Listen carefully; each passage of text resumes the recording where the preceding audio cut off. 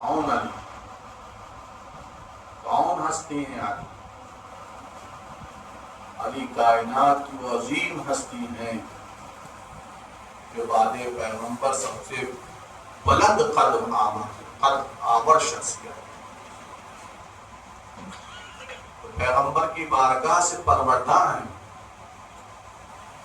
پھر پیغمبر کی زبان چوس کر پروان چڑھنے والے. دیکھیے کچھ فضیلتیں ایسی ہیں کہ جو کسی ایک صحابی کو بھی مختصر بھی حاصل ہو گئی تو امت نے اسے بڑا سراہا ہے, بڑی اس کی ویلیو بڑھا.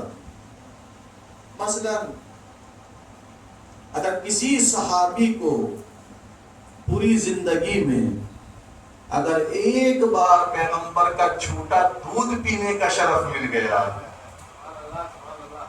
تو اسے اتنا دانا اور اتنا جینیس بنا کر پیش کیا گیا کہ یہ وہ ابو ہریرہ ہیں جن کا حافظہ خطا نہیں کرتا, جن کا حافظہ اس لیے اتنا جو ہے وہ عظیم ہو گیا چونکہ انہوں نے پیغمبر کا جھوٹا دودھ پی لیا. ایسے ہی اور صحابہ بھی ہیں جس سے متعلق روایات ملتی ہے کہ پیغمبر نے اپنے لعاب دہن سے کنکری بھگو کر ان کے منہ میں ڈال دی تو صاحب علم بن گئے. آپ نے ملاحظہ کیا وہ صحابہ جن کو یہ فضیلتیں ملی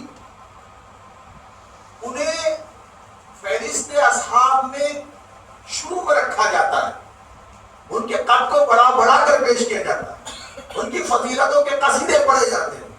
ہم نے کہا کہ شرف ہے یہ ہمارا کہ ہمیں بعد پیغمبر اس ہستی کا دامن ملا کہ جس نے ایک بار پیغمبر کی زبان نہیں چوسی, سال ہر سال پیغمبر کی زبان چوس کر پروان چڑھا.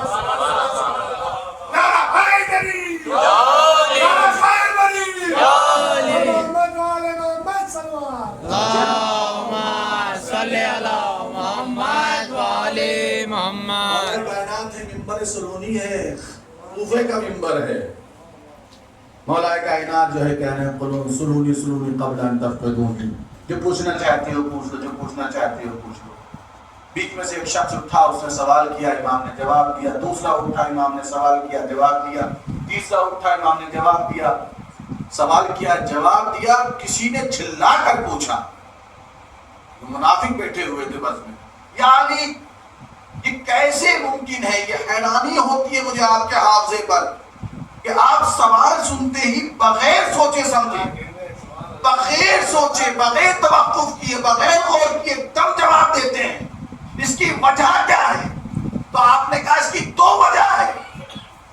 توجہ چاہا, اس کی دو وجہ ہے. اس کی کیا وجہ ہے؟ یعنی کہ پہلی وجہ یہ ہے کہ میں نے پیغمبر کا لعاب دہن چوسا ہے. سبحان اللہ. میں نے پیغمبر کا لعاب دہن چوسا ہے. یہ لعاب پیغمبر کا اثر ہے. تو مجھے کہنے دیجیے جب لعاب پیغمبر کا اثر یہ ہے تو خون پیغمبر کا کیا اثر ہوگا؟ سبحان اللہ.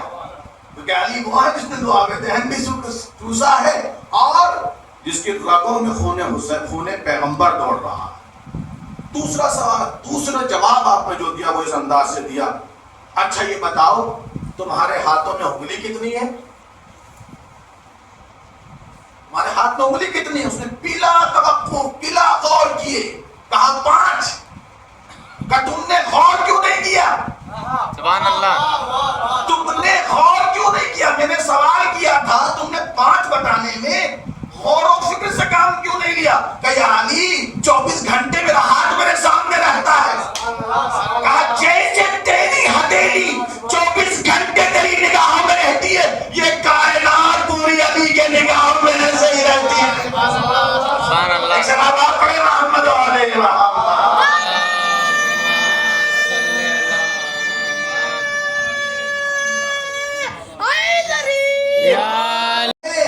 جنہیں پیغمبر کی آغوش میں پروان چڑھنے کا شرف ملا, پر 5 سال کی عمر سے آغوش پیغمبر پر رہے ہیں علی. پیغمبر اپنے منہ سے لقمہ چبا چبا کر علی کو کھلایا کرتے تھے. پیغمبر اپنے بستر پر علی کو سلایا کرتے تھے، پیغمبر علی کو ہر وقت اپنے ساتھ رکھتے تھے، آداب سکھاتے تھے، علم بھراتے تھے،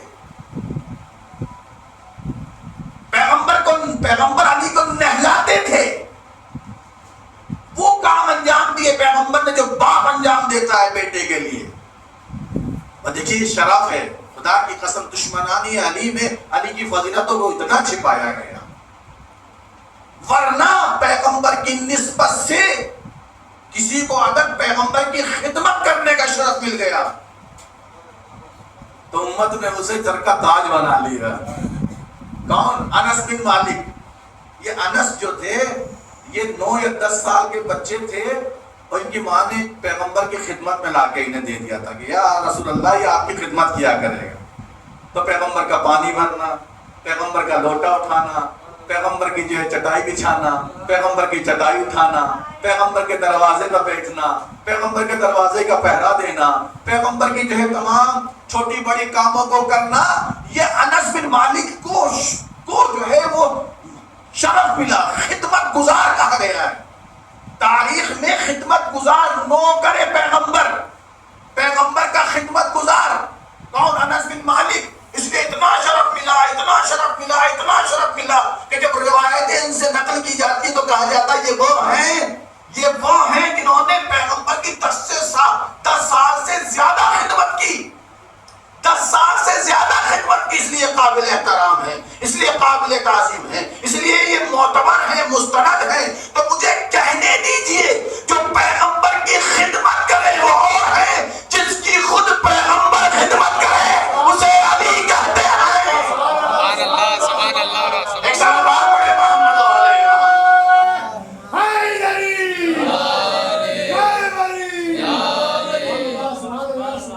دیکھیے آپ کا فرق سمجھیے۔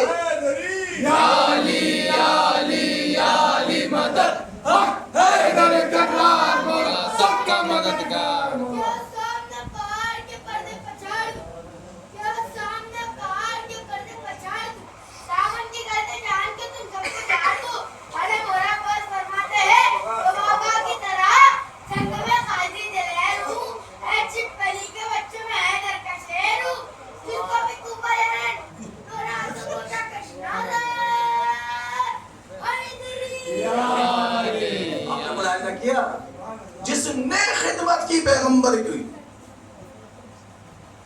اسے اتنا قداور بنا دیا امت نے، اور 5 سال سے جس کی پیغمبر نے خدمت کی، مولا علی خود فرماتے ہیں میں پیغمبر کے ساتھ بچپنے میں ایسے چلتا تھا جیسے اونٹنی کا بچہ اپنی ماں کے ساتھ چلتا ہے۔ پیغمبر مجھے اپنے بستر پہ جگہ دیتے تھے، میں خوشبو نبوت سونگتا تھا، خوشبو نبوت سونگتا تھا، پیغمبر مجھے لقمہ چبا چبا کر دیتے تھے، اور یہ لقمہ چبانا نہیں تھا، یہ لقمہ چبانا نہیں تھا، مولا کائنات علی ابن ابی طالب علیہ السلام صلی اللہ محمد وعلی محمد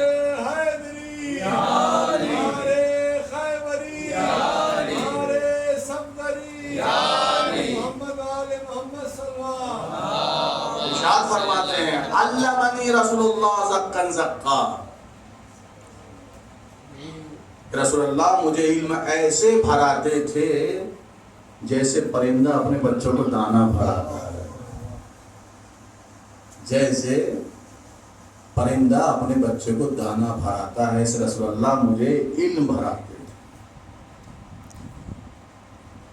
میں رسول اللہ سے سوال کرتا، رسول اللہ جواب دیتے، جب میرے سوال ختم ہو جاتے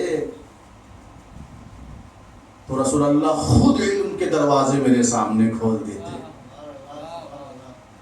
دیکھیے پیغمبر معلم کائنات بن کر آئے، پڑھانے والا بن کر آئے۔ سورہ جمعہ میں آپ پڑھتے ہیں هو الذی بعث فی الامین رسولا منہم یتلو علیہم آیاتہ ویزکیہم ویعلمہم الکتاب والحکمہ۔ پیغمبر وہ ہیں کہ جو نفسوں کو پاک کرنے کے لیے آئے ہیں، کتاب و حکمت کی تعلیم دینے کے لیے آئے ہیں۔ تعلیم دینے کے لیے آئے ہیں پیغمبر. تو ذرا بتائیں کسے پڑھایا رسول اللہ نے؟ کوئی ایک صحابی دعویٰ کرے کہ رسول اللہ نے مجھے پڑھایا. علی کے علاوہ صفحے ہستی پر کوئی بھی شخصیت ایسی نہیں ملتی جو یہ دعویٰ کرے کہ رسول اللہ نے مجھے پڑھایا ہے. آپ کہتے ہیں مجھے رسول اللہ نے پڑھایا، آپ کے علاوہ کوئی اور نہیں ہے. اور کیسے پڑھایا؟ ایسے پڑھایا کہ میں جانتا ہوں کون سی آیت زمین پر اتری ہے، کون سی آیت آسمان پہ اتری ہے.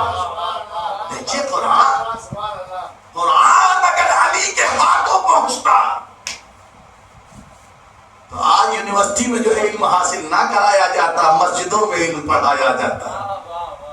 میں یہ جانتا ہوں، علی فرماتے ہیں میں یہ جانتا ہوں کہ کون سی آیت زمین پر اتری ہے، کون سی آیت آسمان پر اتری ہے، کون سی آیت خشکی میں اتری ہے، کون سی آیت طری میں اتری ہے، کون سی آیت رات میں اتری ہے، کون سی آیت دن میں اتری ہے، کون سی آیت سفر میں اتری ہے، کون سی آیت ازل میں اتری ہے. کوئی ایک آیت ایسی نہیں ہے کہ جو اتری ہو رسول اللہ نے مجھے بتایا نہ ہو.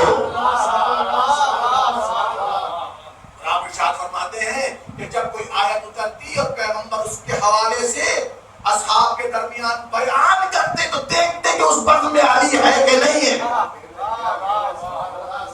علی ہے کہ نہیں. اگر میں نہیں ہوتا، اگر میں نہیں ہوتا تو پیغمبر بیان نہ فرماتے. جب میں آ جاتا تو پیغمبر آیت بھی سناتے، آیت کی تفسیر بھی سناتے. اسی انداز سے علی کو بھرایا ہے علم. اور جب بھرا چکے تو اعلان کیا انا مدینۃ العلم وعلی بابها. کتنا دیکھیے حیرانی کی بات یہ ہے، ہم بھی اپنے شاگردوں پر فخر کرتے ہیں.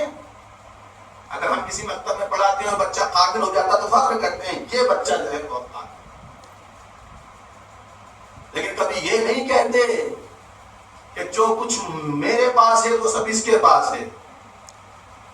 تعریف کرتے ہیں، احترام کرتے ہیں اس کا کہ بہت قابل بچہ ہے، لیکن یہ نہیں کہتے کہ جو کچھ میرے پاس ہے وہ سب کچھ اس کے پاس ہے. کوئی استاد اس کا اعلان نہیں کرتا، لیکن کائنات میں واحد ہستی ہے پیغمبر اکرم جو علی کو اس طرح بھراتے ہیں، اس طرح بھراتے ہیں، اس طرح بھراتے ہیں کہ اعلان کرتے ہیں میں شہر علم ہوں، علی اس کا دروازہ ہے. کیا مطلب کہ میرے علم تک پہنچنا ہے تو پہلے علی تک پہنچو. جب علی تک پہنچو گے تو مجھ تک پہنچو گے. میرے علم سے استفادہ نہیں کر سکتے، میرے علم سے فائدہ نہیں اٹھا سکتے جب تک علی تک نہ پہنچ جاؤ. کتنا بڑا اعلان ہے، کتنا بڑا اعلان ہے. اس اعلان کے بعد گنجائش نہیں رہ جاتی تھی کہ کوئی پوچھتا کہ علی کا قد کیا ہے، علی کی ویلیو کیا ہے، علی کی حیثیت کیا ہے. علی باب شہر علم ہے.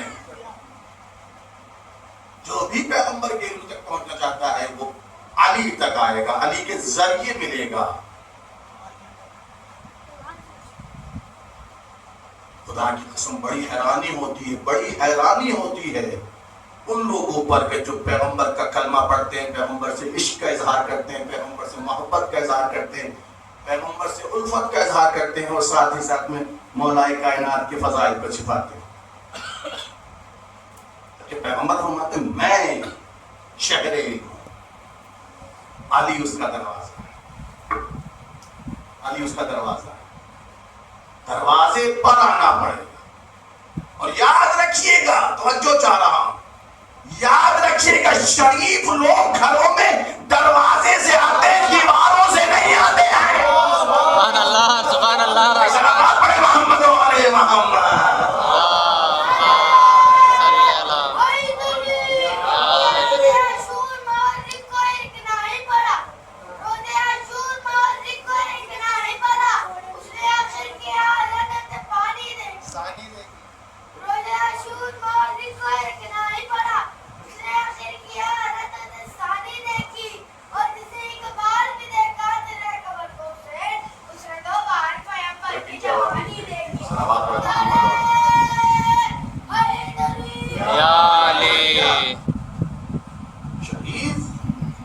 دروازوں سے آتے ہیں، دیواروں سے نہیں پھلانگتے.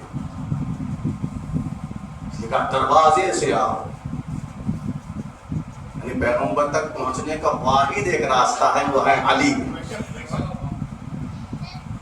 اگر علی تک نہیں پہنچ پائیں تو محمد تک نہیں پہنچ پائیں گے، کنفرم ہے، یہ طے شدہ بات ہے. اچھا، اس طرح کی فضیلتیں، اس طرح کی جو ہے مرتبے علی کے علاوہ کسی کے لیے پیغمبر نے ارشاد ہی نہیں فرمایا. کسی کے لیے نہیں ارشاد فرمائیں گے. کوئی ایک بھی روایت علم سے متعلق اس طرح کی کسی کے لیے نہیں ملتی ہے جیسے علی کے لیے ملتی ہے. اچھا، اس کا یہ تو میں نے کہا استاد نے اپنے شاگرد کو اس انداز سے پیچ کروایا. اب دیکھیے شاگرد بھی کتنا قابل ہے. مولا فرماتے ہیں مجھے پیغمبر نے پڑھایا،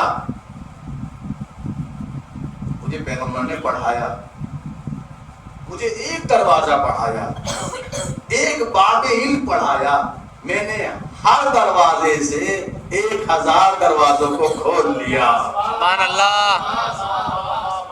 ملاحظہ کیا آپ نے؟ یعنی ایسا قابل، ایسا لائق شاگرد. پیغمبر نے اگر ایک نقطہ پڑھایا ہے تو علی نے اس سے 1000 نقطے نکالے. یہی وجہ ہے، توجہ چاہ رہا ہوں، یہی وجہ ہے جب تک علی مدینے میں رہے تو مدینے کی مسجد میں علی کے علاوہ کوئی فیصلہ نہیں کر سکا. اور اگر کسی نے کرنا بھی چاہا تو غلط ہوا، علی نے صحیح کیا. اور اس نے اعلان کیا اگر علی نہ ہوتے تو میں ہلاک ہو جاتا. سبحان اللہ، سبحان اللہ، سبحان اللہ. پڑے محمد علیہ محمد. اللہم صلی علی سہارا علی علی، ڈوبو تو کنارا علی علی، میرے آنکھ کا تارا علی علی، مولا قمر علی علی، آقا ابوذر علی علی، ہم سب کا رہبر علی علی، ہم سب کا ٹیچر علی علی، داماد پیغمبر علی علی.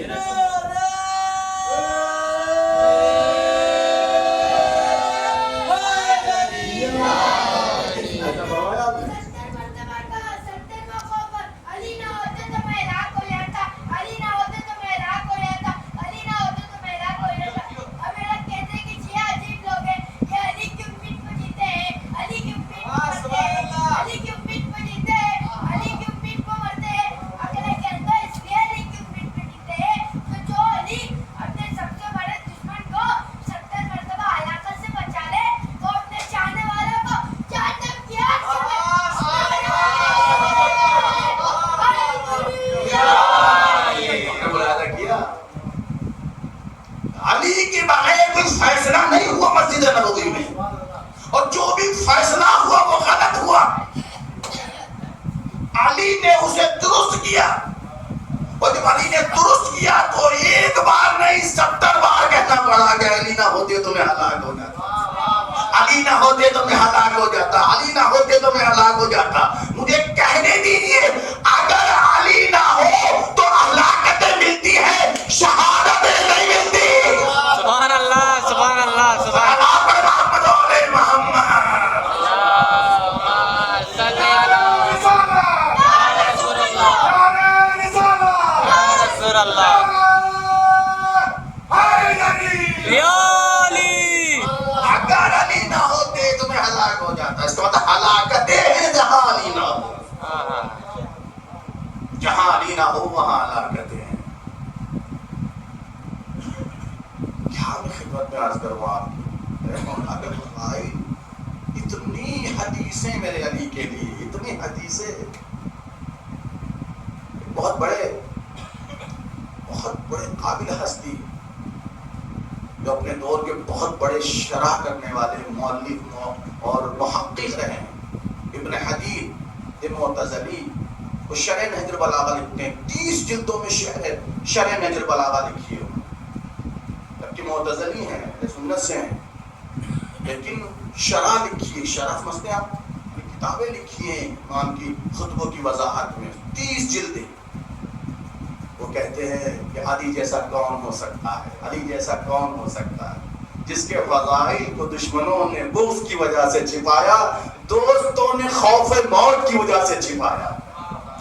اس کے باوجود علی کے فضائل سے عرب و شرق بھرا ہوا ہے. دنیا بھری ہوئی علی کے فضائل سے. اس کے باوجود جتنی حدیث کی کتابیں ہیں اس میں علی کا باب ضرور ملے گا, علی کے فضائل کا باب ضرور. علی کی فضیلتوں پہ اتنی روایات ہیں, اتنی روایات ہیں, اتنی روایات ہیں, تو دشمن چاہ کر بھی آپ کے مرتبے کو گھٹا نہیں سکتا.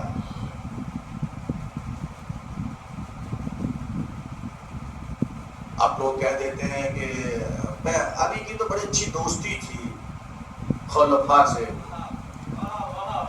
وہ خلفاء کے دور میں قاضی تھے, فیصلہ کرنے والے وہی تھے, فیصلہ کرنے والے وہی تھے, سارے فیصلے تو وہی کیا کرتے تھے. ہم نے کہا ہاں علی کرتے تھے مگر ہلاکتوں سے بچانے کے لیے کرتے تھے. سبحان اللہ, سبحان اللہ. علی کرتے تھے, فیصلے علی سے ہوتے تھے, علی ہی فیصلے کرتے تھے. لیکن علی اس لیے کرتے تھے کہ علی سے بہتر کوئی تھا ہی نہیں. کسی کی مجال نہ تھی جو علی سے بہتر فیصلہ کر سکتا.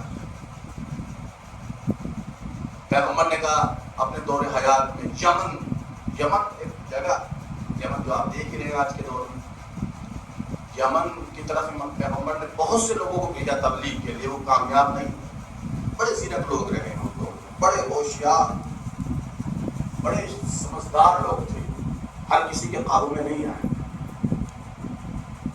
مولا کائنات کو ملے گا علی تم کیا یا رسول اللہ, مولا کہتے یا رسول اللہ میں چھوٹی عمر کا, اور وہاں تو سب جو ہے بزرگ ہیں, سر رسیدہ ہیں. نہیں علی جاؤ. اور علی کے سینے پہ ہاتھ رکھا پیغمبر نے اور دعا دی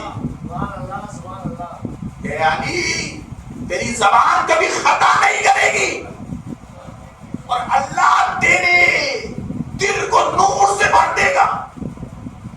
تو علی فرماتے ہیں جب سے پیغمبر نے میرے سینے پہ ہاتھ رکھ کر دعا کی, اس وقت سے آج تک میں کبھی کسی فیصلہ کرنے میں گھبرایا نہیں.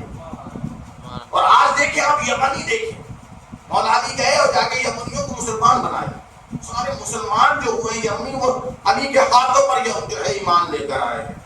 اور آج آپ دیکھ لیجیے نتیجہ, آج آپ کے سامنے نتیجہ ہے. لوگ ہمیں کہتے ہیں 30,000 مربع میل علاقے پر فلاں نے فتح کی. ایک علاقہ تھا جو علی نے جو ہے وہ تبلیغ کی اور وہ جو ہے مسلمان ہوا, وہ ہے یمن. اور آج یمنیوں کے تیور دیکھ لیجیے, جہاں حق ہے وہاں یمنی ہے, سبحان اللہ. جہاں علی ہے وہاں یمنی ہے. میں ہاتھوں کو جوڑ کر یمنیوں سے کہتا ہوں, یمنیوں یہ تم میں جوش و بنانا کیوں کرے, یہ ایسی بہادری کیوں کرے, ایسی شجاعت کیوں کرے, تم جمع مرد کیوں ہو, تم میدان چھوڑتے کیوں نہیں ہو. تو شاید یمنی کہے ہم نے کرار کے ہاتھوں پر بیعت کی تھی, فرار کے ہاتھوں پر بیعت نہیں کی. سبحان اللہ, سبحان اللہ.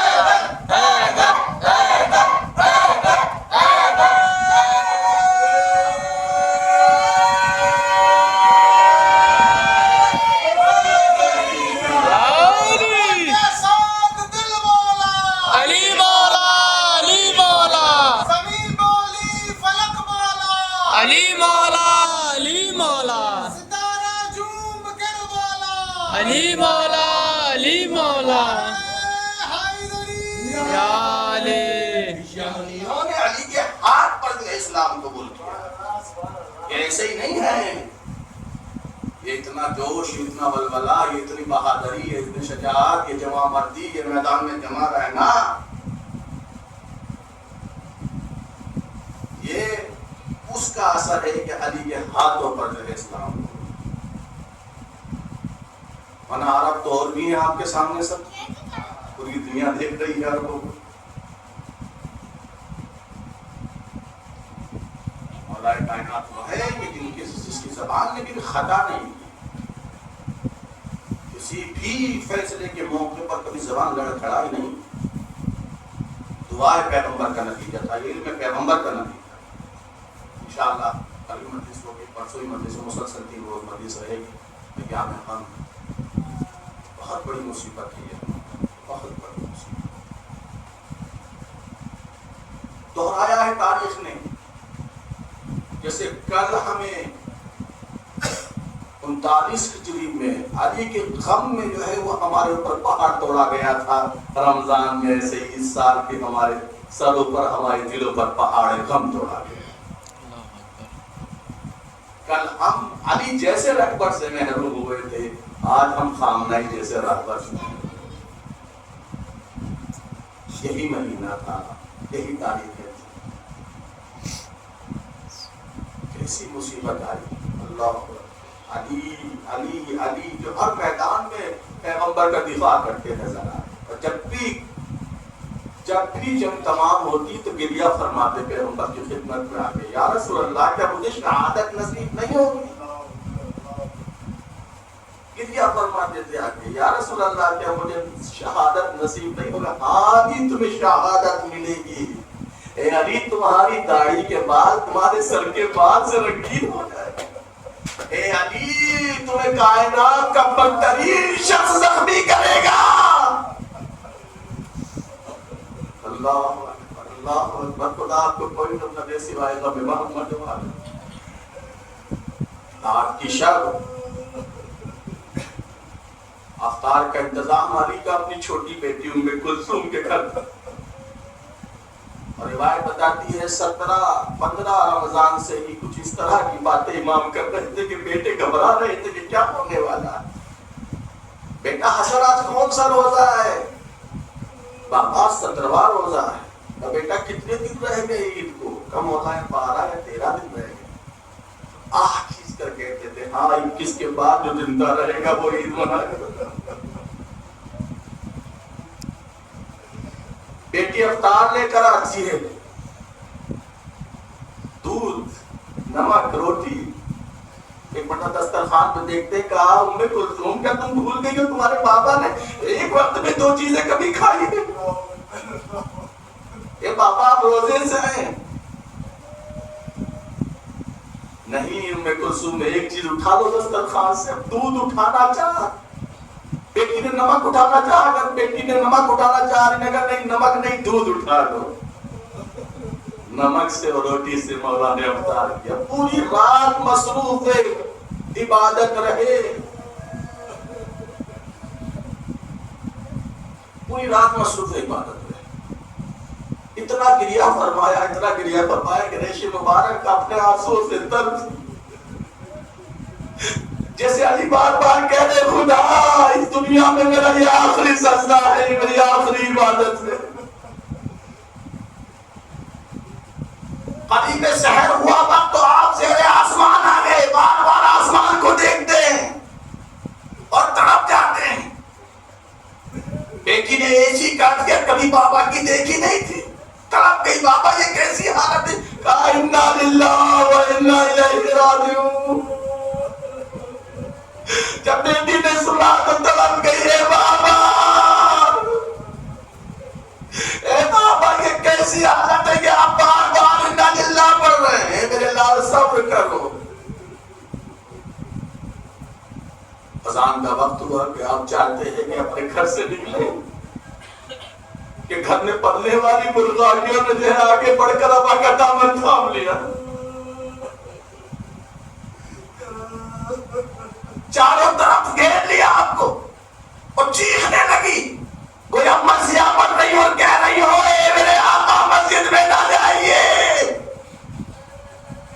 علی نے جیسے یہ حالت دیکھی کہ ام کلثوم ابھی یہ بے زبان ہے، جب تک ان کے آپ بتانے کا انتظام کر سکو تب تک انہیں رکھنا ورنہ آزاد کر دینا.